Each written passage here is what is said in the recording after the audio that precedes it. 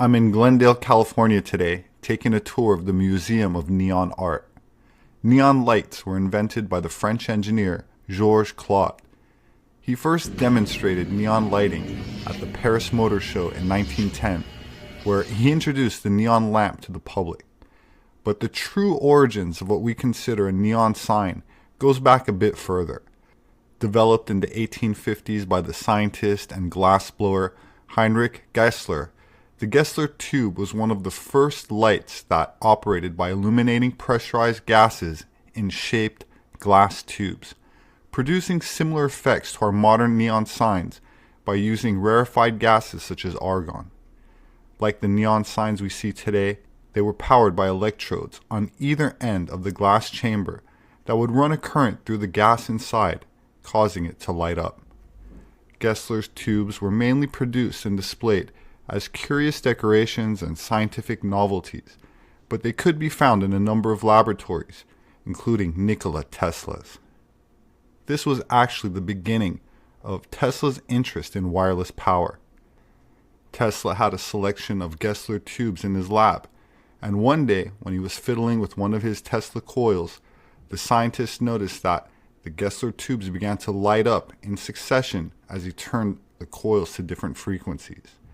They were reacting to the electromagnetic energy being transmitted by the coils.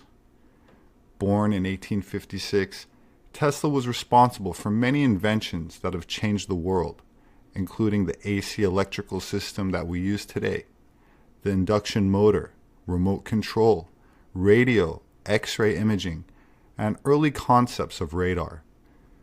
He also explored the possibilities of communication with intelligences beyond what we know, including those allegedly inhabiting other dimensions, as well as ideas about signals from Mars or other planets.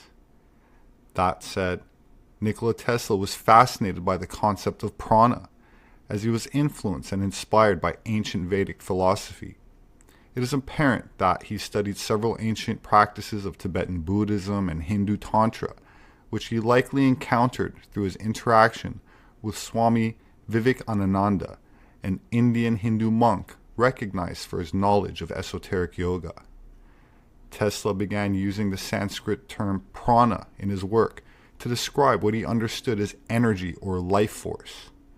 In his article titled Man's Greatest Achievement, Tesla described the universe in terms of a primary substance or ether acted upon by prana, which he equated with creative or life-giving force known as qi in parts of Asia and vril among European alchemical societies.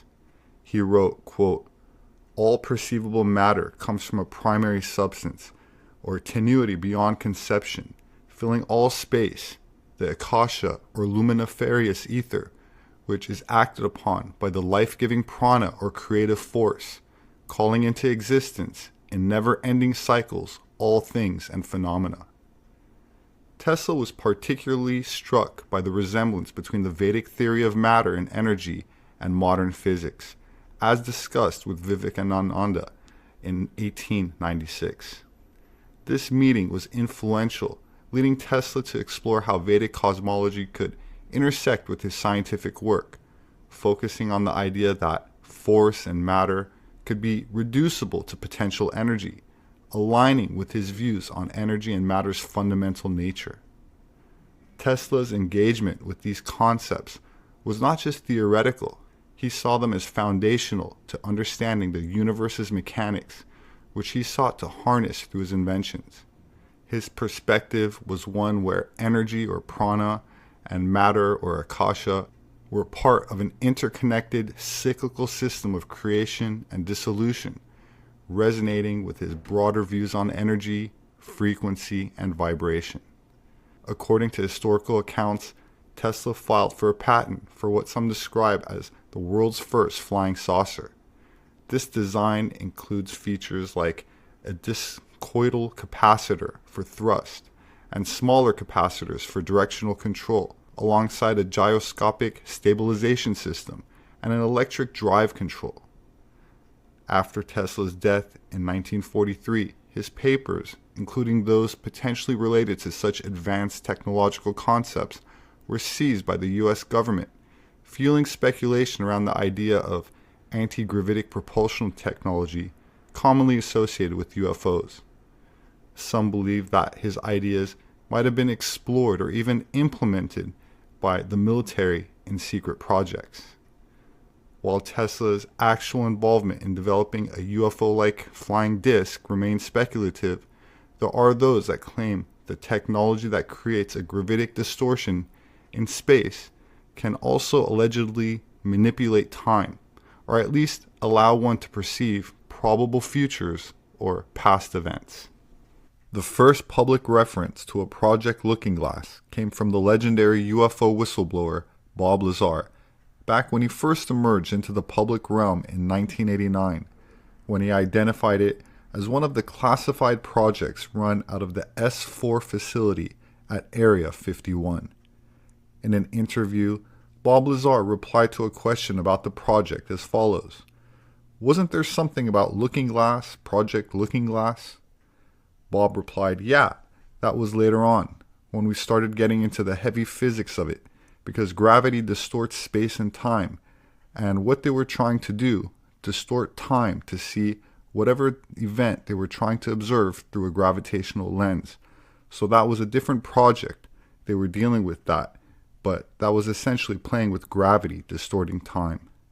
Here is a more recent interview where Lazar explains how the gravity propulsion systems inside a UFO work to Joe Rogan, where he makes the point that gravity affects time and therefore the propulsion system can manipulate space-time itself. There was talk of weapon systems, that there were different projects. Project Galileo, Project Sidekick was supposed to be weapon applications of the craft.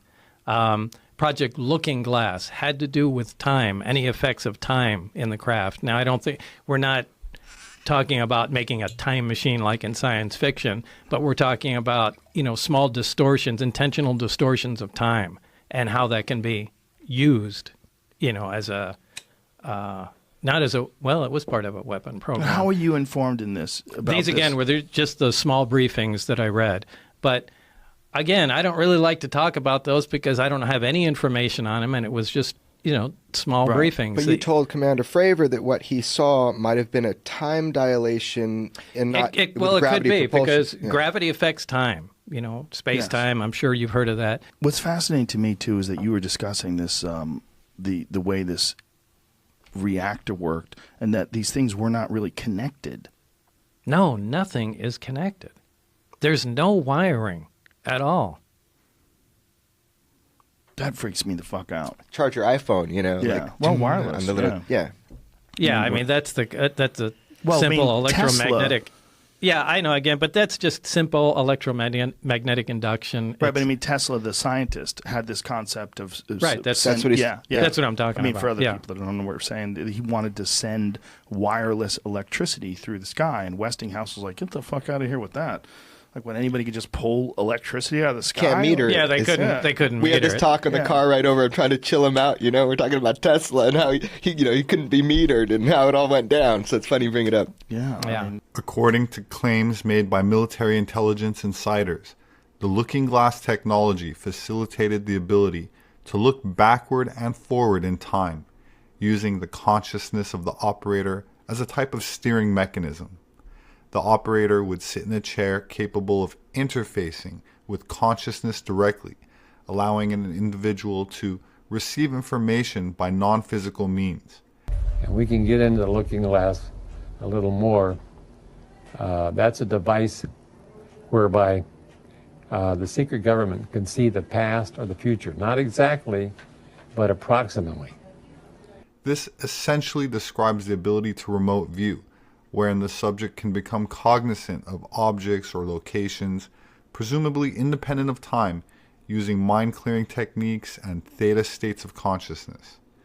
This is suggestive of a time-space mechanism in the universe, wherein the human mind is uniquely equipped to navigate in time, able to access memories of the past, gain awareness of events in the present, conceive of future possibilities, and even imagine alternative events that did not actually happen.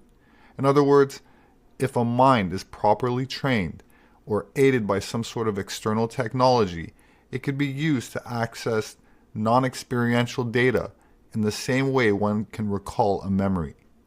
The looking glass device seems to be capable of the same type of process to access a data stream from any conceivable location in space or time, steered via the consciousness of an operator. Nikola Tesla was known for his photographic memory, powerful imagination, and ability to visualize in 3 dimensions. He once said, quote, "My brain is only a receiver. In the universe, there's a core from which we obtain knowledge, strength, and inspiration." Nikola Tesla died alone in his hotel room on January 7, 1943. All of his possessions and personal files were confiscated by the U.S. government after his death, allegedly to stop them from falling into enemy hands. But what happened to them? I already made a video about Tesla's involvement in the Philadelphia experiment, a top-secret project that attempted to give the Allied powers invisibility for the war effort. The technology associated with these experiments were said to have been able to manipulate space-time and was rumored to work on the same principles that allowed for anti-gravitic flight.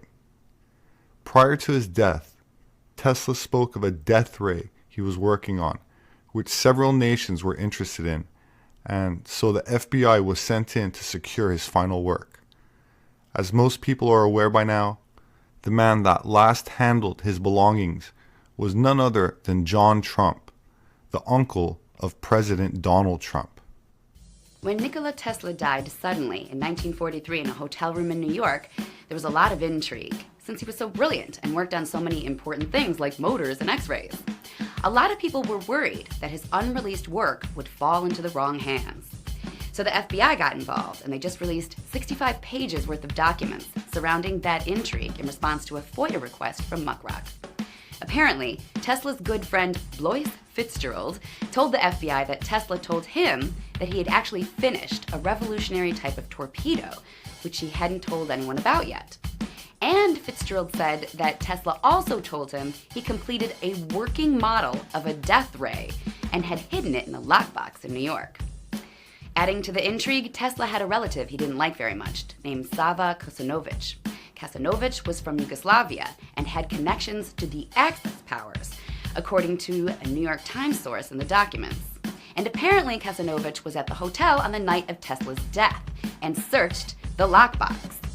He ended up taking a few pictures only, apparently, nothing major, but still, the intrigue swirled. So just to make sure they didn't miss out on Tesla's death ray, the FBI decided to have an expert thoroughly look over all the stuff Tesla had left behind. That expert was an MIT engineer who had worked for the government on stuff like radar research, so they trusted him. And that MIT engineer was none other than Donald Trump's uncle, John G. Trump. So Donald Trump's actual uncle was the person to inspect Tesla's supposed death ray machine. For real, you can't make that up. Now to me that's pretty funny. I mean, maybe that's why Trump's so confident when it comes to bragging about our military and bossing other countries around. Maybe his brilliant scientist uncle saw some secret plans of Tesla's that the president nephew now knows about. The official story is that Trump's uncle did not find anything important. But given the media's habit of distorting the truth, especially in regards to wartime technology, many people question the validity of the official story. That said, here's a short clip of the events in John Trump's own words. From New York, I boarded a plane to Boston to find Dr. John Trump of the Massachusetts Institute of Technology. Dr. Trump was now retired from the company he founded, High Voltage Engineering, but he agreed to meet me at the company office the next morning. In the spring of 1943, Dr. Carl T. Compton, who was then president of MIT, asked me to go to New York and examine the effects of Nikola Tesla. These were contained in an upper floor of a warehouse somewhere in New York City.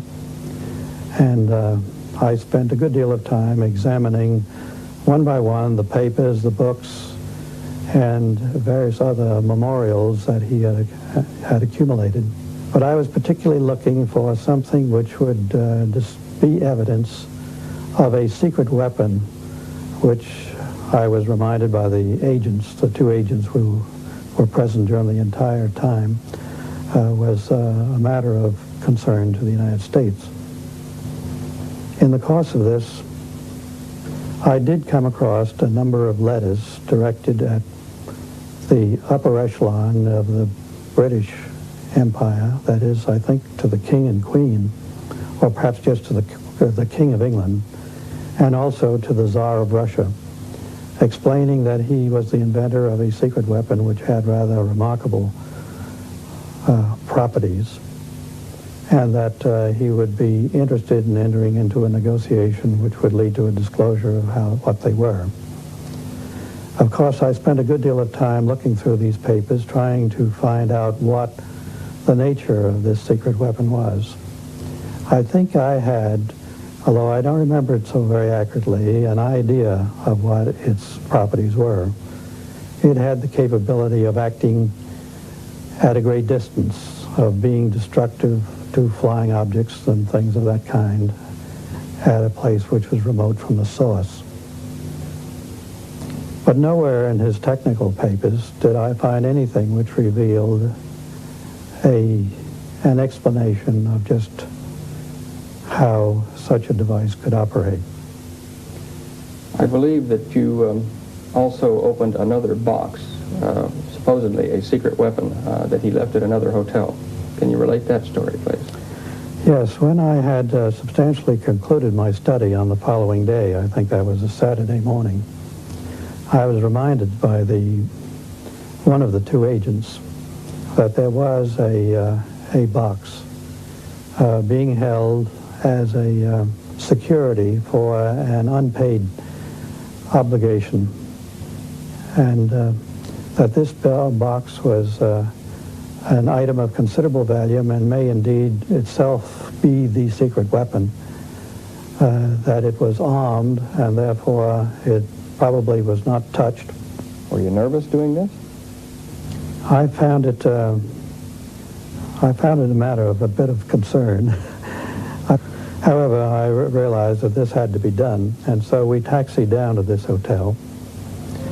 The agents identified themselves and their credentials to the assistant manager of the hotel, who led us to a room. This room was essentially empty except for a table and a steel cabinet against the wall, which was opened. I think perhaps he opened it with a key. The cabinet itself was empty, except on one of the lower shelves was a package, a box, a rectangular box of ordinary size, which was wrapped in brown wrapping paper. It turned out to be a highly polished box with brass clasps, and it looked more like an instrument case. And after waiting a while and listening a while and remembering that it had been there for quite a few years, I think it had actually been there for about 5 years as a security, I opened it. My report to Dr. Compton was that I saw no danger in releasing these papers and these relics to his heirs. Miss Musar had arrived too late to know who had opened Dr. Tesla's safe or what had been removed. And Dr. Trump had found nothing which he considered dangerous or a secret weapon. Tesla had been a naturalized American citizen for 54 years, so why were his papers seized by agents of the custodian of alien property? I suspect that governments other than those of the United States, England, and Russia were interested in the inventions of Dr. Tesla. Indeed, governments other than the United States, England, and Russia were interested, as this was 1943, at the height of World War II, and the most technologically advanced nation in the world at the time was Germany. While it's a fact that Germany did not win the war, it's also a fact that military expeditions continued immediately following the official end of the war, such as Operation High Jump, which was a literal invasion of what was an allegedly German military base in Antarctica that was rumored to house Germany's most advanced technology, as well as the last battalion of the SS, which never surrendered in 1945. While there are those that question the speculation regarding Operation High Jump, they are often the same people that question the Battle of Los Angeles in 1942, where disc-shaped craft hovered above the west coast of the United States for hours, or the alleged disc-shaped craft that crashed in Roswell, New Mexico in 1947, or the disc-shaped craft that, according to national press, outran jets and flew over the White House with impunity in 1952. Well, actually, what this booklet does, it discusses a great many of these sightings around Washington, D.C., particularly those of mid-July 1952, when about a dozen of the things came over. About a dozen of them came over one night. They were tracked by radar. They were seen visually. They followed the planes in, and according to the CAA's own booklet, the pilots got good looks at the things as they followed them in and out of the airport. Some of them hovered. Some of them went around the Capitol building. Some went over the monument and the White House and over the deep freeze and circled all around there. They were seen plainly. There was no question about them being there. And as a matter of fact, the officials were so concerned about it that on the following morning they issued a shoot 'em down order. Why didn't they shoot them down the first night? They didn't shoot them down because the jets couldn't catch them, and they've never been able to catch one yet. The jets couldn't catch them. The next night they showed up. The jets didn't go up after them. They didn't go up with their shoot 'em down order for the simple reason that Albert Einstein and others of comparable standing heard about the shoot 'em down order because the story was on the front pages all over the world. They heard about this shoot 'em down order, and they personally got in touch with the little man in the White House, and I know what Mr. Einstein told him. He said, "Mr. President, anyone who can cross millions of miles of space will be able to take care of himself after he gets there. Don't start something you can't finish." That was one time that Give 'em Hell Harry decided it would be better not to give him any hell. The official word from the U.S. government regarding flying saucers at the time was either that they were weather balloons or aliens from another planet. The idea being that they could control both sides of the story, whether people believed that they were real or fake, as long as they did not suspect that they originated on Earth, especially by German nationalists that they could not defeat, whose technology would make the Rockefeller energy sector monopoly obsolete. While these craft posed a national security threat, the threat of free energy was arguably of greater concern, as it directly challenged big oil and their stranglehold on the world economy. It was Nikola Tesla who said, quote, "Before many generations pass, our machinery will be driven by a power obtainable at any point in the universe." This idea is not novel. We find it in the delightful myth of Antheus, who derives power from the earth. We find it among subtle speculations of one of your splendid mathematicians. Throughout space there is energy. Is this energy static or kinetic? If static, our hopes are in vain. If kinetic, and this we know it is, for certain, then it is a mere question of time when men will succeed in attaching their machinery to the very wheelwork of nature. In a 1964 televised interview, George Van Tassel, who claimed to have had physical contact with Nordic, human-looking extraterrestrials, says that they showed him technology that could be used to view a visual scene from any historical time period by manipulating time, and which the U.S. Navy had in its possession. Van Tassel said that the technology was quickly classified and seemed to be very similar to what was described decades later by Bob Lazar as Project Looking Glass, which he also said was run by the Navy. On the bottom side of the disk are the three gravity generators. When they want to travel to a distant point, the disk turns on its side. The three gravity generators produce a gravitational beam. What they do is they converge the three gravity generators onto a point and use that as a focal point. Then they essentially bring them up to power and pull that point towards the disk. The disk itself will attach onto that point and snap back as they release space back to that point. Now, all this happens in the distortion of time, so time is not incrementing, so the speed is essentially infinite. So it's safe to talk about flying saucers and people from outer space, people who may be circulating among us now and who demonstrate their unearthly qualities if they choose you as one of their agents, and who land on this materialistic earth in flying saucers. No way, I'm not really joking, because I've got a man now, here and now, one of the men who claims fervently that he has met these people from outer space, has talked to them, and has been given secrets of things such as a time machine from men from outer space. You'll meet this man after this plebeian and earthly message. The man you're going to meet in a moment or two, in Tassel, from Giant Rock, California, is a most unlikely person to claim to have seen flying saucers and been in touch with people from outer space. George is a very ordinary fellow. He doesn't make any money out of his flying saucer beliefs, but boy, he really believes them. And before I start talking to George, I want to tell you, too, that I do have a couple of doubts in my mind. We all see these newspaper reports from Socorro, New Mexico, that a mysterious craft landed and took off and left blast marks in the sand. Airline pilots from time to time talk delicately about strange aircraft circling their normal aircraft in flight, perhaps even cutting off the power of their engines momentarily. We all love to talk about the mysterious and the unknown and the flying saucers. So now it's to George Van Tassel and this question.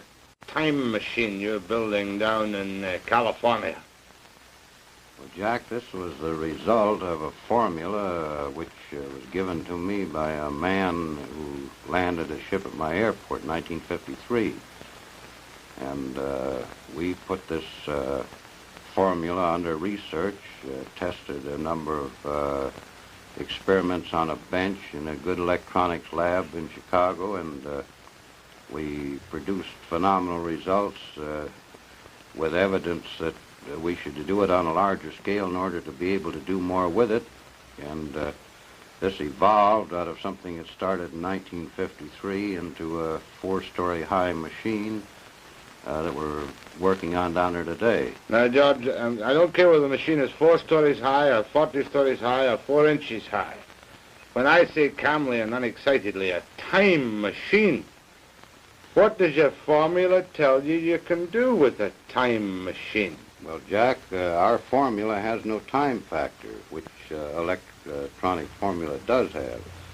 And on the other hand, electronic science has only had 2 dimensions to work with, the electric pattern and the magnetic pattern perpendicular to it. And we discovered a 3rd zone, which we call a time zone, and we are working through this zone with an effort to orient the magnetic field to give us other results than our science can obtain at present. George, it's double talk to me. A time machine means to me a little box that I can go into and go back 5,000 years or forward 10,000 years.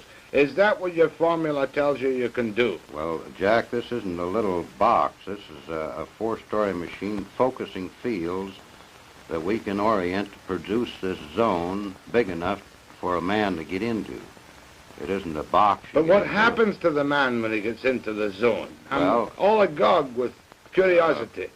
Jack, we've discovered this zone is subject to thought. Now, since time doesn't record events the way we do on calendars and clocks, you could only record an event by thinking of it. Now, theoretically, we believe we can take a videotape magnetic camera into the time zone and photograph Lincoln's Gettysburg Address or Caesar's armies marching or anything that's ever happened. All right, let me get this straight. In other words, you're telling me, like H.G. Wells imagined 50 years ago, that everything that happened in time is still there to be seen by the recreation electronically of a thought which exists. Jack, you know how you talk into a tape on a tape recorder and play the interruptions back, identical to the play that you made. The Earth's magnetic field is the same way. You can put interruptions into it and play them back out of it. An associate of ours in creating a magnetic coupler with this principle, coupled in the Earth's magnetic field and played back TV shows from stations that aren't even in business anymore. You mean an experiment has been done to bring out of the air television programs which have been and gone? Been and gone. Now, where was this experiment conducted? It was conducted in Santa Monica by an associate of mine. Why hasn't this hit the headlines throughout the world? That's a time machine in action. If I can... Jack, the reason it hasn't hit the world is because, as I understand it now, the Navy Department took him and the research over because he also discovered he could bounce magnetic echoes off the ionosphere and locate submarines under the ocean, regardless of where they were. So, who is this associate of yours? This is a fellow named Charlie Arts. Charlie Arts? Yeah. And is he a free man walking around today? Well, he's free where he is in this super secret research he's conducting. Now, so therefore you tell me soberly in front of the television camera that things, old television programs have been recreated out of nothing. Played back with a picture and the sound just as good as the day they were broadcast. We've done this many times. Why didn't you bring one up with you? Well, this requires quite a piece of apparatus. This magnetic coupler works on around 50,000 volts, and it doesn't have any radio frequency connected with it. And actually, the television set which plays back the picture doesn't even have an antenna connected to it. You have a time machine plan. You have done experiments which show you can bring the past to life. Where did this formula come from? I love that Scotch accent. Jack, the formula came from a ship that landed at my airport in 1953 on August the 24th, which had 4 people aboard it that came from another planet. I'm breathless. Well, you're not only breathless, I was breathless. But I'm cynical, too. Well, that's fine. That's the way to be. In fact, I'm a bigger skeptic than you are of many things. I'm an unbeliever. Convince me that this really happened to you. What is occurring now has occurred before. There's many records of these ships landing throughout history, clear back into Sanskrit. And there are records in the 1898 Chicago newspapers that covered the front page for 3 days of a big ship setting over Chicago. But I want to go back to that night in 1953. Tell me, where did this happen for people who haven't heard you talk or seen you yet? It happened on my airport, which I've operated for the last 16 years, at Giant Rock Airport, 17 miles north of Yucca Valley in California, or 40 miles north of Palm Springs. Now, this is a private airport for small aircraft, is it? This is an airport used both by the military and private aircraft. You own this airport, do you? I leased this airport from the United States government. I've operated it for 16 years since I retired from the flight test business in the aviation. Right now. How old are you now, by the way, George? I'm 54, Jack. Got 3 grown daughters, married, and 11 grandchildren. You don't mind if I ask you the stock question? I know that you've been asked every obnoxious question that can ever have been asked. You've never been treated for any form of emotional upset. I've never had an emotional upset other than women.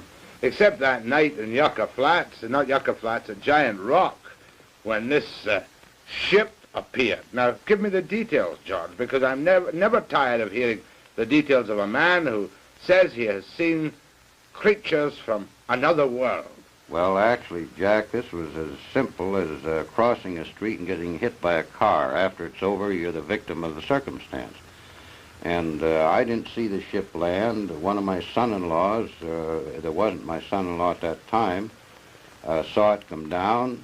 Another man on the airport heard it, and he wasn't where he could see it.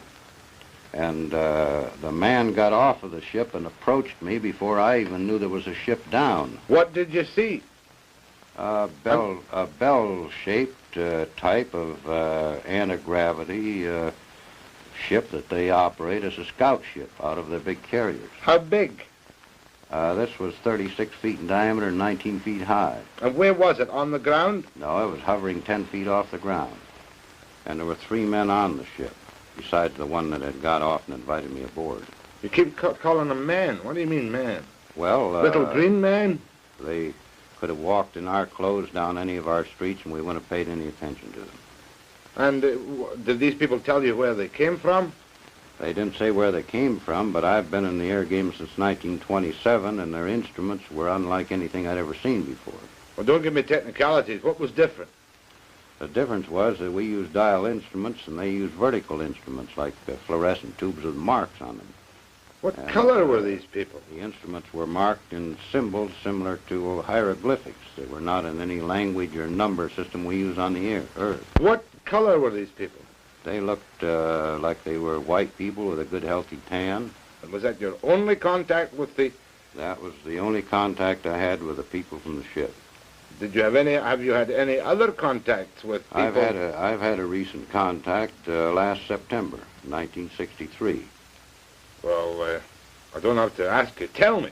Well, in this case, they drove a car into the airport. They didn't come in a ship. They're walking among us on the Earth all the time, and we don't realize it. As wild and fantastic as that sounds, it was largely supported by a naval intelligence officer, William Tompkins, who worked with U.S. spies during World War II, that claimed the German Reich had anti-gravitic craft and the ability to distort space-time.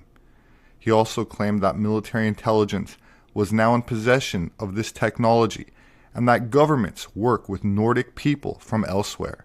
In fact, he himself alleges to have personally worked with what he describes as these Nordics. At the end of the war,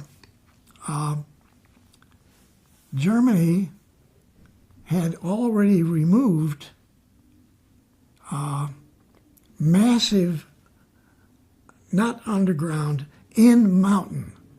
All over Germany and the occupied countries, Germany was building mass production of a dozen different types of extraterrestrial vehicles using slave labor with hundreds and hundreds and hundreds of in-mountain massive facilities. 80% of that had all been removed from Germany 6 months before the war ended. It had all been taken to Antarctica, and they were continuing the construction down there. They had access to these with their submarines. They built massive truck submarines, enormous submarines, to bring all this stuff down to Antarctica. So the submarine, still submerged, goes through these tunnels. They go back through the tunnels, and they get to a lake where there's all these facilities and the cities and naval bases and towns and thousands of people. Now, what this turned out to be, after I got heavily into this is the first time anybody in the United States knew that extraterrestrials were actually here on the planet and actually were working with Germany, had agreed, legal agreements with Hitler. We then had these Navy spies, which we had operating there 24 hours a day from 1942 to the end of the war. I worked in that office. There was a young lady in Europe who was named Maria Orsic. Now, she was sort of tapped on the shoulder and told a very strange thing. They told her she should get her friends together, all the people you knew, and people that were in different technical fields, many, many people, and design a kilometer-long space transport. So in my book, Selected by Extraterrestrials, I talk about Maria, and I have 14 different places in my book about the people that helped her. And it got to be 1,443 people were working with her to design and build a kilometer-long commercial type space transport, okay? There were shoe salesmen, there were farmers, there were technicians, there were engineers, there were scientists. All these people were working together to design a massive space transport. Of course, the SS found out. And now we have these people from a different part of the galaxy. They're called Nordics. Whoops, I didn't want that in there. Wait a minute, you don't realize I'm working hard. This is hard work in the Navy. And yes, I do have my own photo lab for all these secret documents that we have to come up with. And the girl second from the left, she's in our office, and I've been dating her for quite a while. I got a good job, it's good pay, all right? And so I'm in there for only 4 weeks. They take me out of the wind tunnel group and they put me into a secret lab. They found out about my background. So now what we're doing in Northrop, now you know who Northrop is. They're the guys that do the flying wings, right? They build the flying wings. But that's not what we're doing. We're building airplanes that fly in space. All different kinds of space planes that can fly in atmosphere. So the one you're looking at here is just one of hundreds. This went on for 2.5 years. I worked a short time after Northrop at North American and over at Lockheed. Actually, I worked for Lockheed actually 3 times. What I want to explain is that the vehicles that we designed for all of these missions after the moon mission are massive. They're like 40 times the size of the little Apollo over here on the side of the picture, okay? Just as we got ourselves started on this, 3 people came in and landed over at Las Vegas. They spent 2 weeks in Vegas. Then they came over to Douglas. And it turned out that one of the girls was then the section chief for the propulsion group. And the other girl was she was my section chief's typist, okay? So here we have 2 beautiful Nordic girls and this good-looking Nordic guy that helps them. He's not there all the time, who are contracted to make sure that we do all of the Apollo. Wow. Hey, this is cool. Now, you have to look at my secretary. Yes, she does look like somebody else, okay? But she has a sense of humor that you absolutely cannot, you can't ignore. Now, she's brilliant. Now, when I'm in a meeting on the Apollo, in a conference room with 15 or 16 other of the top people, and we're fighting this problem for, say, 3, maybe 4 hours, and you can't lick this one. She puts it in my head and she says, Billy, why don't you just say, use so-and-so? And that was the answer that we needed on the Apollo program to handle this. She puts that stuff in my head, and now it's my idea. I get credit for it, okay? I'm going up like this. And she does this every single day. She comes up with something again that's absolutely needed, and it's never wrong. It's always the right answer. And I had this girl for 4 years on the Apollo program, okay? She's brilliant. You can't believe what she knows, but she's a Nordic. She's here from the Nordic Navy. She's a full commander in the Nordic Navy, Oh my God. And she's not 17. She's a whole lot older than that. Okay, but she still looks 17. You can't believe what that 4 years was. So, not being able to meet any of the contracts from NASA on our S-4B, because we are orders of magnitude more advanced than anything that the paperclip guys could even know how to do. So I put this into a package. I have the model. I fly it down to the NASA base, and my secretary told me over the phone, actually she told me, talking to me before I left, and she said, I wrote you a letter to get you into NASA, but you're not going to need it.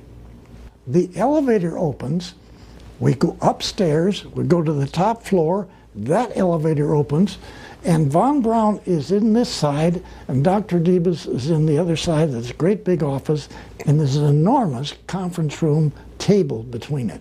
And we ended up, they guaranteed us a $79 million systems engineering contract. Dr. Hermann Oberth, who pioneered rocket design for the German Reich during World War II and later advanced rocket technology for the American manned space launches, cryptically stated, quote, "We cannot take the credit for our record advancement in certain scientific fields alone. We have been helped." When asked by whom, he replied, "The people of other worlds." He then went on to say, "It is my thesis that flying saucers are real and that they are spaceships from another solar system. There is no doubt in my mind that these objects are interplanetary craft of some sort. I and my colleagues are confident that they do not originate in our solar system." Dr. Walter Riedel, who was once chief designer and research director at the German Rocket Center at Peenemünde, said, quote, "I'm completely convinced that UFOs have an out-of-world basis." Jack Parsons was the founder of both the Jet Propulsion Laboratory, or JPL, and the Aerojet Engineering Corporation, not to mention inventor of solid-state rocket fuel. Werner von Braun called him the father of American rocketry. That said, Parsons was also a high-ranking sex magician in Aleister Crowley's occult religion, as well as roommates with L. Ron Hubbard, the founder of the Church of Scientology, who happened to also be a naval intelligence officer during World War II.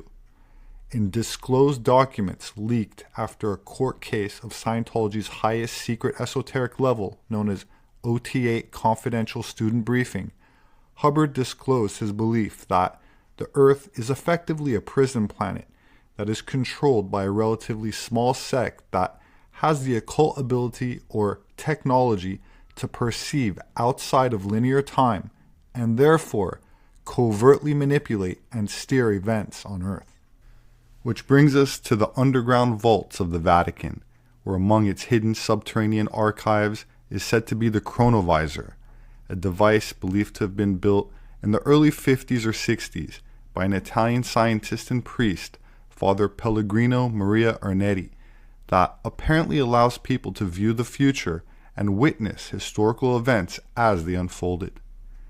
Ernetti asserted that the chronovisor operated by detecting and decoding residual electromagnetic radiation left behind by past events, citing a team of scientists and Nobel laureates who collaborated on the project.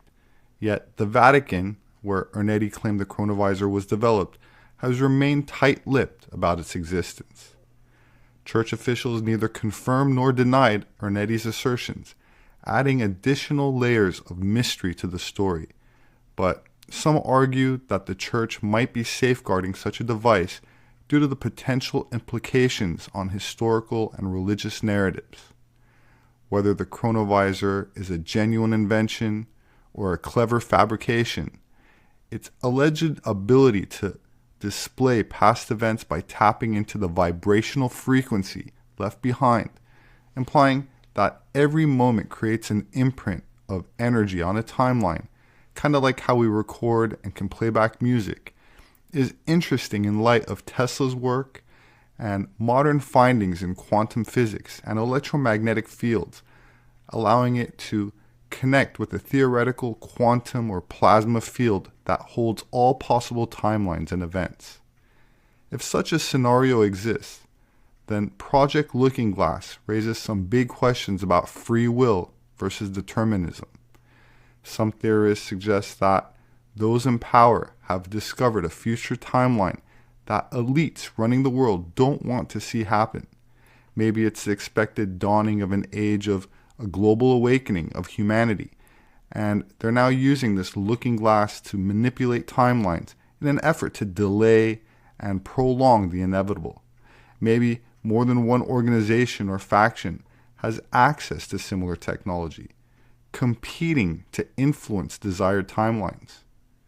Maybe the outcome of past historic events, such as civil wars or World War II, were already covertly altered.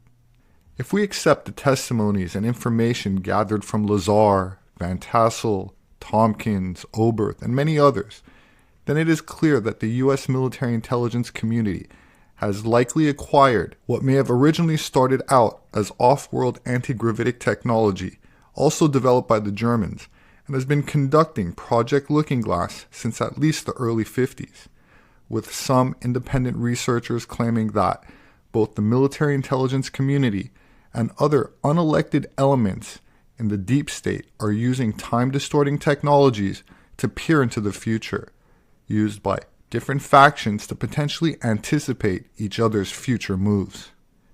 That said, it has been reported that President Donald Trump is not only aware of the Nordic presence and their technological influence, but is on the verge of disclosing it to the public. Maybe that is why he's been so optimistic lately and always dancing.